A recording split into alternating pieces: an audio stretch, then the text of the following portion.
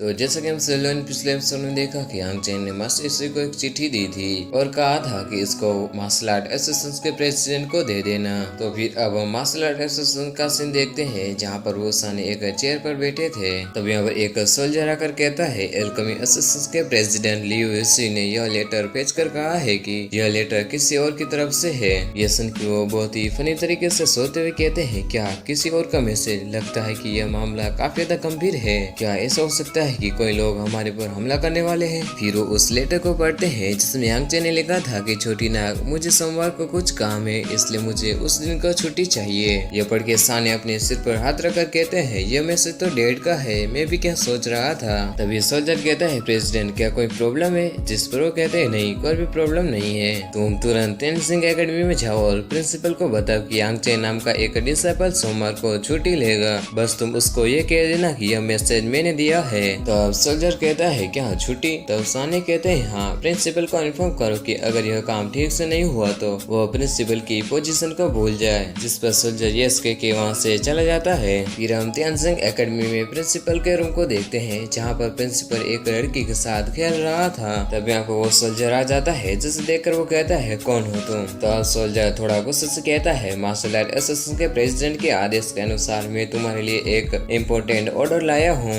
यह सुन के प्रिंसिपल कहता है क्या प्रेसिडेंट भूसानी का ऑर्डर? और वो सोते हुए कहता है कि कहीं मुझे प्रिंसिपल की पोजीशन से तो निकाला नहीं जा रहा है ना। तो सोल्जर कहता है अब तुम ठीक से सुनो, यहाँ यांग चेन नाम का एक डिसेबल है, वो सोमवार को कहीं जाने वाला है इसलिए तुम उसे छुट्टी दे दो। यह सुन के प्रिंसिपल कहते हैं क्या छुट्टी? जिस पर वो कहता है तो क्या तुमको इसमें कोई प्रॉब्लम है? तभी प्रिंसिपल हड़बड़ाते हुए वहाँ से जाते हुए कहते हैं नहीं इसमें कोई भी प्रॉब्लम नहीं है, मैं इसे अभी कर देता हूँ। फिर वो सभी टीचर्स को जल्दी से टॉप फ्लोर पर बुलाने के लिए कह देते हैं। यह सुन के सारे टीचर्स जल्दी से उस तरफ जाते हुए कहते हैं प्रिंसिपल ने हमें इतनी इमीडिएटली बुलाया है, लगता है कोई बड़ी प्रॉब्लम है। फिर हम अगले दिन यांग चेन को देखते हैं। तब वो कहता है लिंग जुई कहीं दिखाई क्यों नहीं दे रही है? उसने तो मुझे यहीं पर बुलाया था। तभी उसके पीछे से वही कहती है यांग चेन हम यहाँ पर है, अब यहाँ पर आ जाओ, हम कब से तुम्हारा इंतजार कर रहे थे। तभी हम देखते हैं कि उसके साथ एक लड़का और 3 लड़कियां होती हैं। तब वो लड़का कहता है युवई ये लड़का कौन है? तब वो लड़कियां भी कहती हैं युवई यह हैंडसम लड़का कौन है, कहीं यह तुम्हारा बॉयफ्रेंड तो नहीं है ना?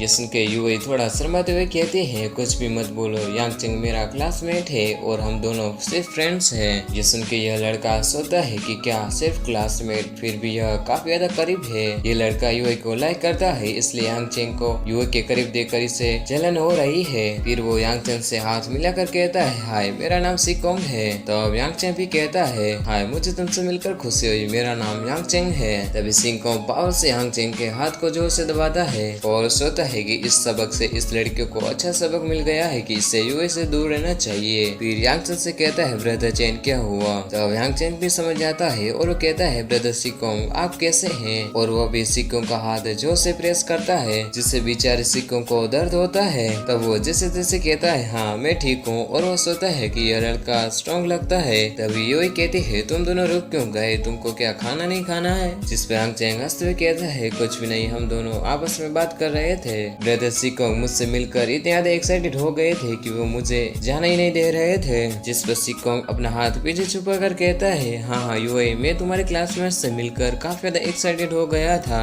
फिर युवई कहती है तो फिर अब अंदर चलो। तब यांग चेन होटल को देखकर सोचता है कि इतना ज्यादा लग्जरियस होटल, इसमें तो काफी ज्यादा पैसे लगते होंगे। मुझे लगता है कि यूआई का बैकग्राउंड कोई सिंपल नहीं है। फिर वे सभी वीआईपी रूम में आ जाते हैं। तभी यह लड़की कहती है यांग चेन मेरा नाम ल्यू xiaoming है, मेरे फादर इस अंपायर के जनरल है। फिर यह लड़की कहती है और मेरा नाम गु नियान है, मैं इंपीरियल गु फैमिली की सबसे बड़ी बेटी हूँ। और आखिर में यह लड़की कहती है मेरा नाम जिंगर है और मैं लोबर इंडस्ट्री के मिनिस्टर की बेटी हूँ। कुल मिलाकर यह सभी लोग हाई बैकग्राउंड से बिलोंग करते हैं। तो अब यांग चेन सोचता है कि अब मैं इन लोगों को क्या बताऊं। फिर वो कहता है कि मेरा नाम यांग चेन है और मेरे फादर ली फैमिली के सर्वेंट है। ये सुन के सिकोंग कहता है ओह तो यह लड़का गरीब फैमिली से है। लड़की अब तो मैं तुम्हें एक अच्छा सबक सिखाऊंगा। तो अब जिंगर कहती है युवई तुम हम लोगों को नौकर के साथ खाना खिला रही हो। फिर नियांग कहती है तो क्या चल रहा है यहाँ पर? जिस पर मेंग कहती है तभी मैं सोचूं कि इसने इतने खराब कपड़े क्यों पहने हैं। ये सुन के युवई कहती है तुम लोग क्या कह रहे हो। फिर वो यांग चेन से कहती है सॉरी यांग चेन, इन लोगों का यह इरादा नहीं था,